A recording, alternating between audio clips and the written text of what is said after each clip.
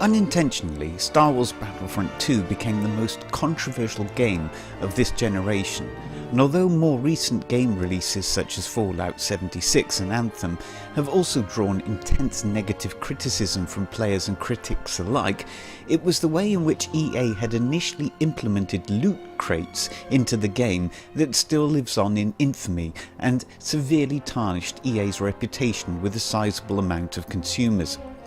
Loot boxes, a virtual box of randomly generated virtual items for players to use within a specific game, were not a particularly new idea, and certainly not one that EA were responsible for.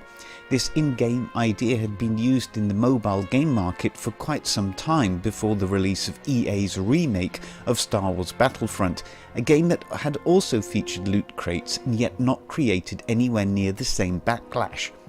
However, it was the rapid discovery by players that the random items included in the loot crates directly affected gameplay that caused a groundswell of uproar across the board. Normally, items within loot boxes are purely cosmetic items that alter character or character item appearances.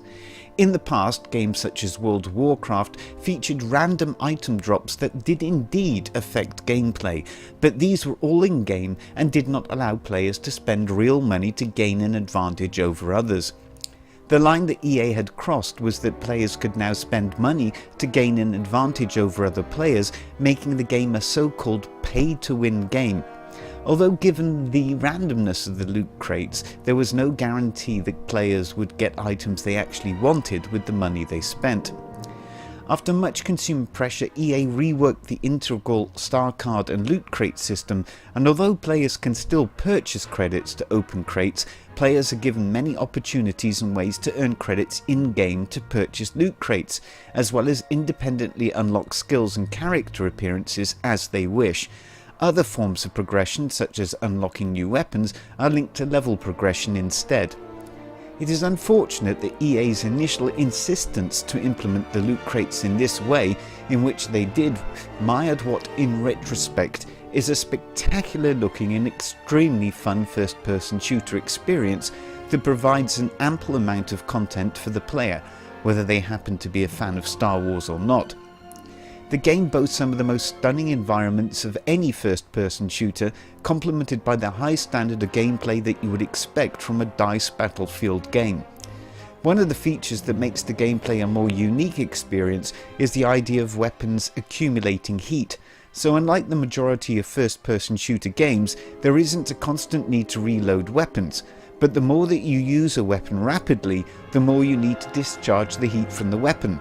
This feature, in conjunction with a multitude of different classes, weapons and skill sets, offers a large array of different gameplay approaches, resulting in players always having many different choices and fresh ways to approach combat in many different scenarios.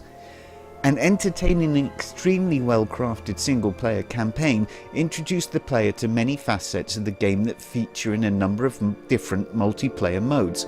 From the epic 40-player galactic conquests to the smaller, more intense 8 vs 8 scenarios, to space battles with an array of different starships, as well as hero versus villain confrontations. For most players, it will be the multiplayer modes that will keep them coming back for more. There is a relatively slow progression system here, but this also offers a good sense of accomplishment when you begin to gain higher versions of skills you want. In addition to the above, there is also an arcade mode that can be played solo or with others that offers even more scenarios and content for players to enjoy. An excellent and spirited original soundtrack by Gordy Harb helps bring this opulent Star Wars bonanza to life.